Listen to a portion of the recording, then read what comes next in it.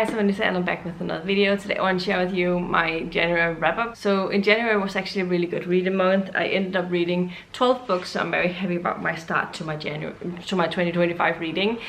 So the 12 books amounts to 4,122 pages, and it means I read about 344 pages per book.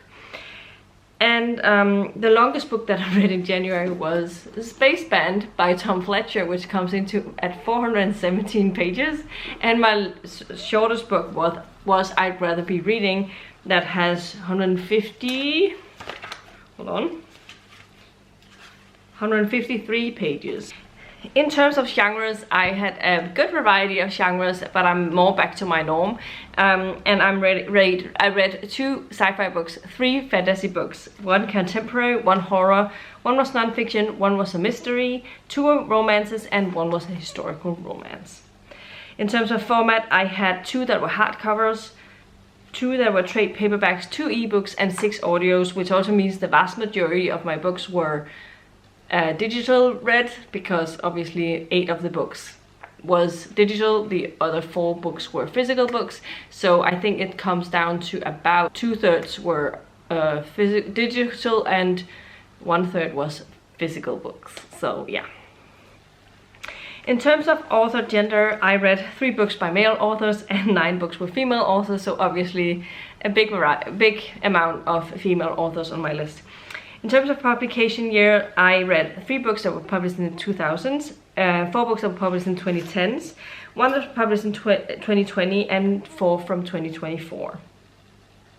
In terms of page length, I had 1 between 100 and 199 pages. I had 2 books between 200 and 299 pages. I had 6 books between 300 and 399 pages, and I had 3 books between 400 and 499 pages. In terms of my series and standalone books, I read 6 books that were standalones and 6 books that were part of a series. Of those series books, I read 1 that I started. I read 3 books that were ongoing. 1 was I completed a series, and 1 was I caught up to a series. And finally, in terms of my rating, I had no real bad books, but I had 3 books that were 3 stars, 7 books were 4 stars, and I had 2 5-star books. So a pretty good start to my month, because that equals to about 3.92 in an average rating. The first thing that I finished in January was Spaceband by Tom Fletcher. This is a standalone book he's written about these young kids. They are sort of trying to participate in the school band competition, and everyone thinks that they aren't very good. And just as they're about to perform for the competition thing, they are swept away into space, and is part of a space competition instead, where all of the bands are from different places around the universe, and they are all competing against each other, because if they lose, they might lose their whole planet. But if they win over what's this called? That's sort of the game master thing that they're all competing against in the final, and he seems to gain power from the other bands, but when he finishes, like, if they get to the final and win, they have the chance of competing against him in order to restore all of the other planets. So yeah, that is the basic gist of this. And our main character is such a big fan of a specific band that we hear about, and then we have the drummer, who is extremely into science fiction and science in general, planets, outer space. And then we have our female lead, who's sort of really good on the guitar. I don't know if she's singing or anything, but she's the guitarist, and our main character is the bassist. But it was a fun thing, and obviously Tom is part of McFly, the band McFly, and they have actually made some music. Like you can sort of there's a QR code in here, and you can sort of listen to the music. You have to pay for it, obviously, or at least you have to have access to Spotify or iTunes. I think it was iTunes that it directed me to. So maybe if you're paying for that, you could read it. But obviously all of his books has a lot of fun little doodles throughout, so they're very fast and very fun. And this also has sort of comic strips, which made it a lot of fun. And then there are obviously a whole bunch of songs in here that Tom wrote for the book, so song lyrics, and those are the ones that you can listen to if you use that QR code. And the tagline says, "Can the worst band in the world become the best in the universe?" And yeah, so it was a lot of fun reading this. It's not my favorite of Tom's. I've read his Christmas Horrors books that I prefer generally, but I thought it was a good book, and I would understand if kids would really love this. There's a fun little Easter eggs for McFly fans, so if you are that, then definitely, yeah. One of the characters in here is called Stargirl, which I found very, very fun. But I enjoyed it, gave it 4 out of 5 stars. The next thing that I read was Murder in Rose Hill by Victoria Thompson. This is another one that I started back in December but never got around to finish. I finished it up relatively quickly in the new year, and I really enjoyed it. I always enjoy these books. This one followed this mystery of this woman who has been working at this newspaper agency, and she comes off a really rich family, but hasn't really spoken to their parents in a long time. But for some reason she is murdered right outside the offices of her workplace. And since Sarah had just been recently talking to her, her father seeks her out in trying to find clues, and then she sort of directs him into Frank Malloy, who's a private investigator, and he takes up the case, and it goes from there. I really enjoyed my time with it, although I did find out who I had an idea about who was going to be the murderer quite early in the book, but I just didn't know how and why. But I ended up being correct about it, but I wasn't mad about it because I really enjoyed it anyway. Just following the process of them trying to figuring things out was always fun. I love all of the characters in here. They make a fun group of people. I ended up giving this book 4 out of 5 stars. And then I read An Affair Before Christmas by Eloisa James. This is the second book in the Desperate Duchesses series, and this one is it's kind of fun with these books because they sort of follow multiple couples. They don't solely focus on, usually when you have like historical romances, I feel like you have like our main hero and our main heroine and their romance stories, but in here we also followed this perspective of some of the others. So I think they're sort of building up tension towards other books that we're going to be following later on. But the main focus in this one was Poppy and her husband. She's married to this duke, but they sort of fallen out of love, and it's basically the gist of the main story in here. And this time around I enjoyed my time with the audio a lot more than I did with the first book, so I ended up giving it 4 out of 5 stars, so I'm definitely looking forward to reading on in the coming books. The romance was very, very cute, and I wanted to see how it all ended up. So yeah, 4 out of 5 stars for this one as well.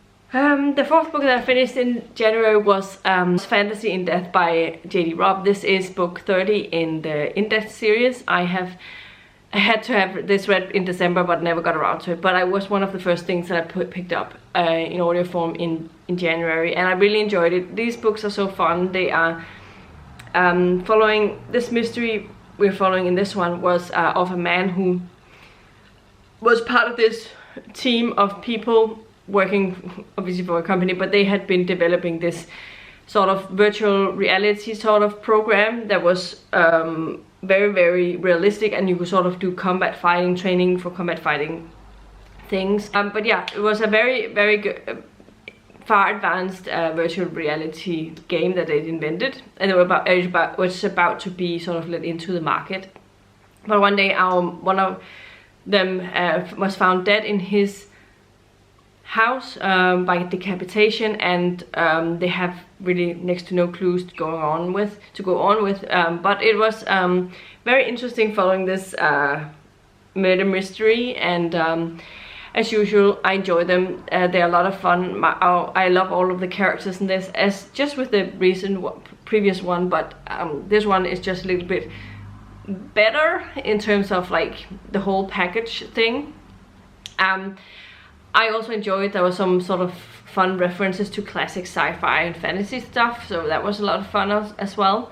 And yeah, and just so you know, to remind you that this series is set 50 years into the future, so it sort of also has some scientific elements to it. So yeah, had a lot of fun with this one.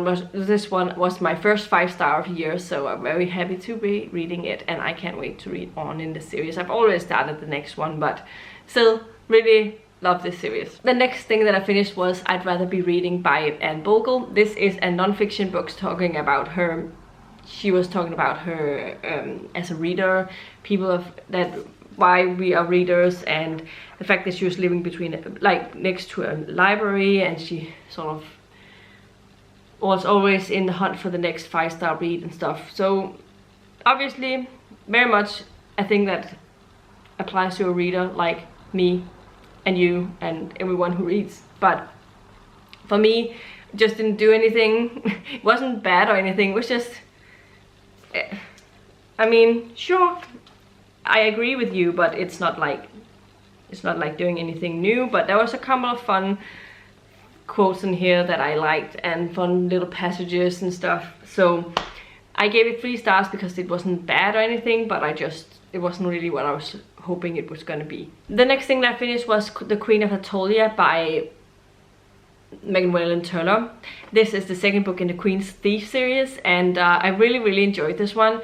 The narrator is Steve West, and he does an impeccable job of this. I really enjoyed the narration of the audio. And this one we're following Eugenides. We're following Eugenides. He is a thief, the Queen's thief, and he comes into enemy's territories and is sort of captured by Queen Attolia, the Queen of Attolia, and she has to decide what to do with him.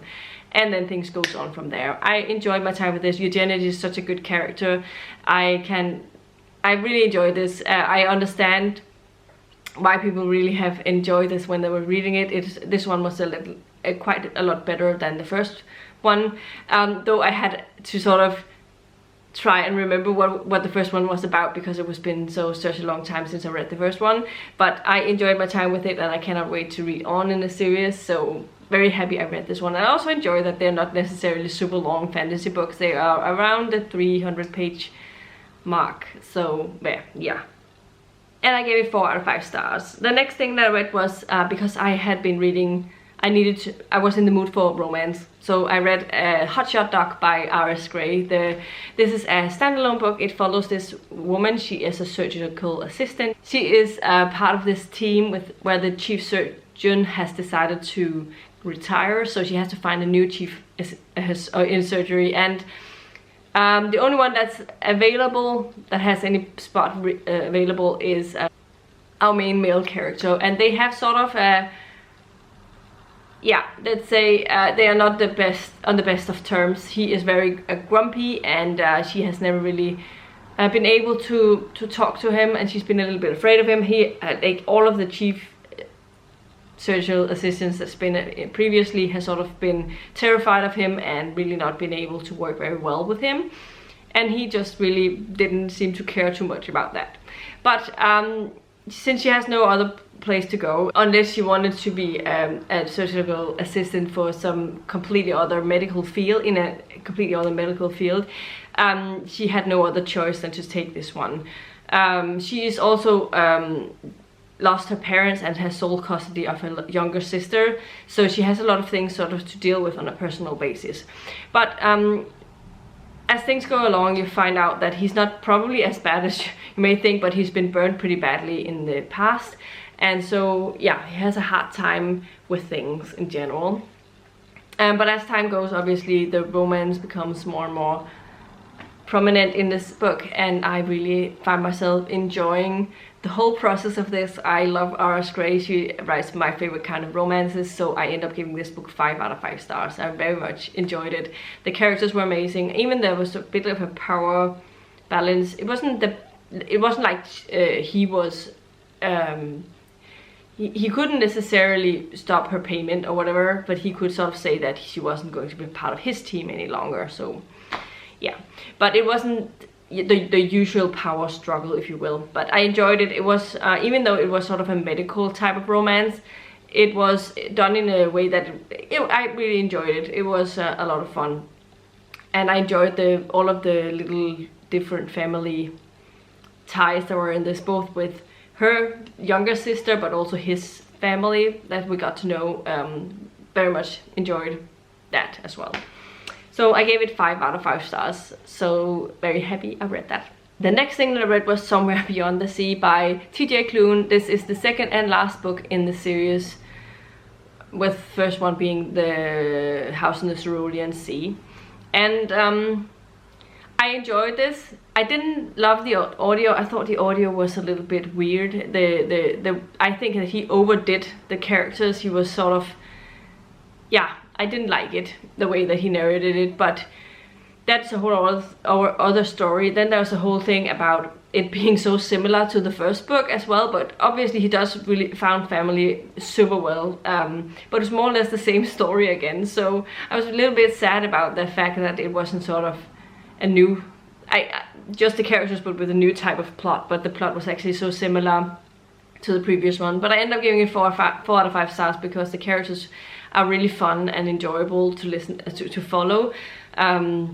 But I would have wished that it was sort of been. I debated whether I would give it 3 stars, but since I enjoyed the characters so much, I couldn't. But yeah, I don't know, if you haven't read it, I don't think it's necessary to read it.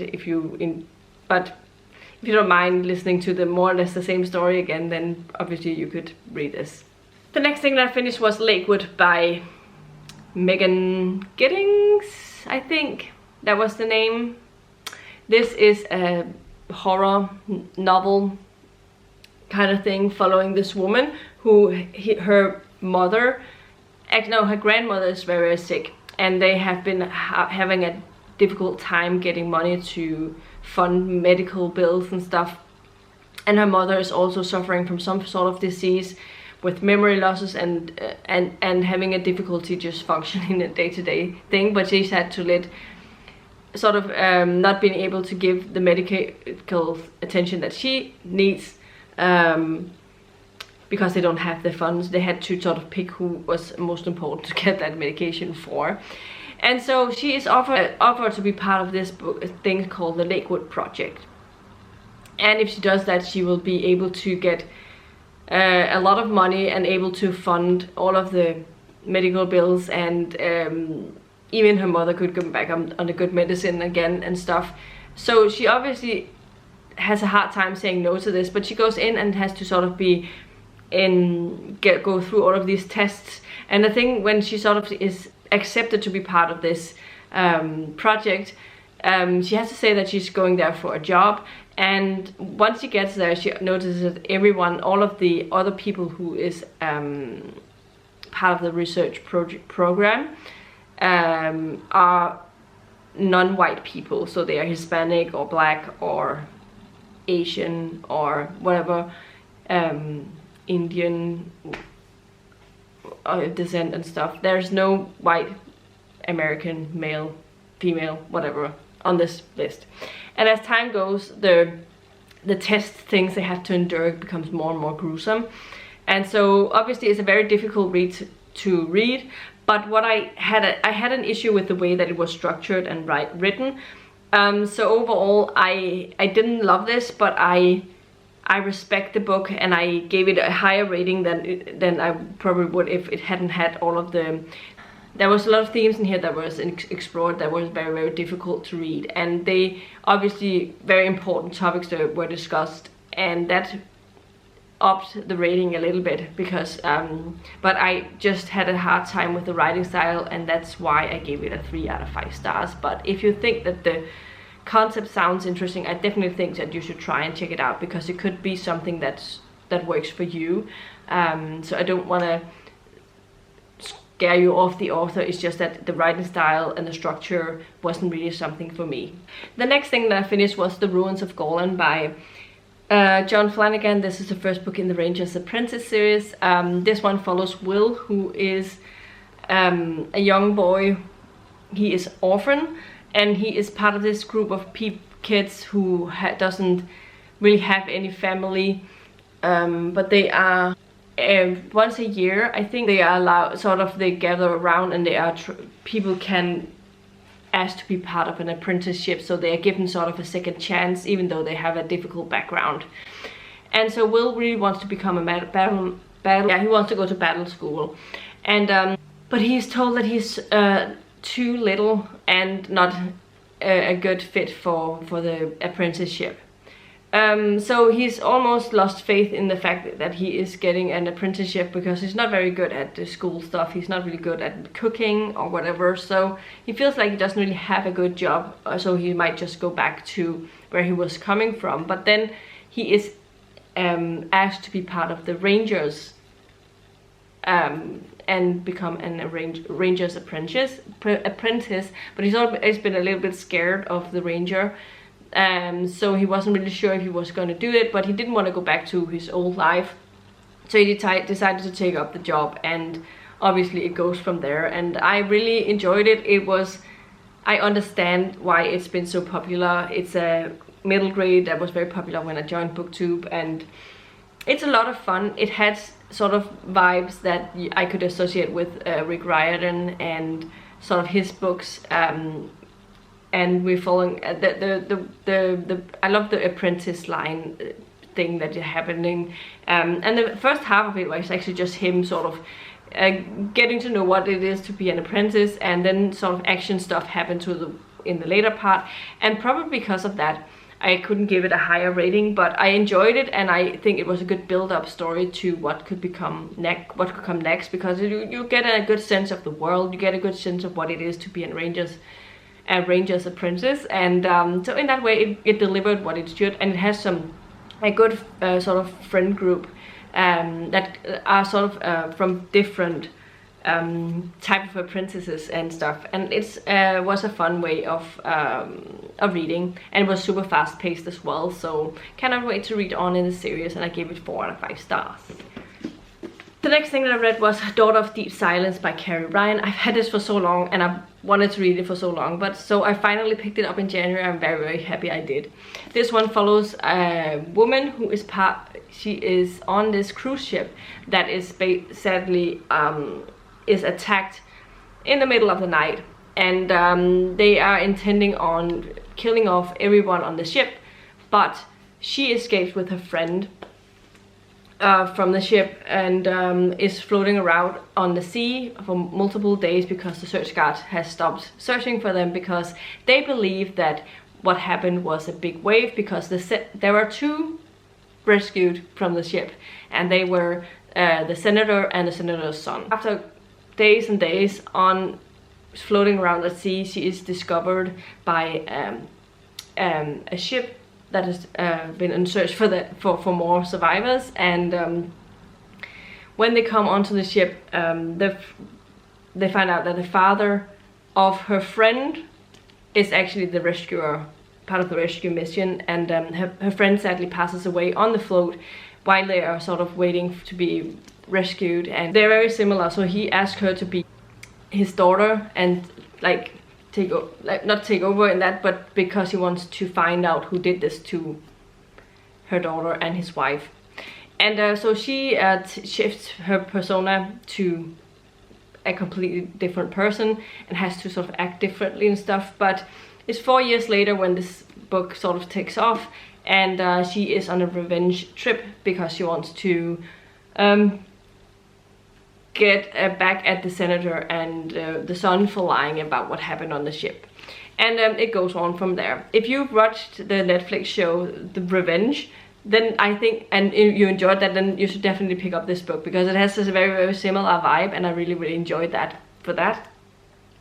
I was highly entertained through the whole book, and I swallowed the whole thing in a day and couldn't put it down, but I was sad that it ended very, very abruptly. I felt like we didn't really get a complete solution to the whole thing. It was very, very open-ended, and also I feel like it might have benefited a little bit more if it had been an adult novel, but since, yeah. But I definitely still really, really enjoyed my time reading it, but because of, I was ready to give it 5 stars, but the ending knocked it down to 4, so. But I'm very happy I read it, so yeah, we'll definitely see if I can find more by Carrie Bryan. I don't know if she's written very many other books, but if she has, I'll definitely try and check them out, because her writing style is very easy to digest. And the last and final thing that I read in January was The Ministry of Time by Kellyanne something. I forgot the author's name right now.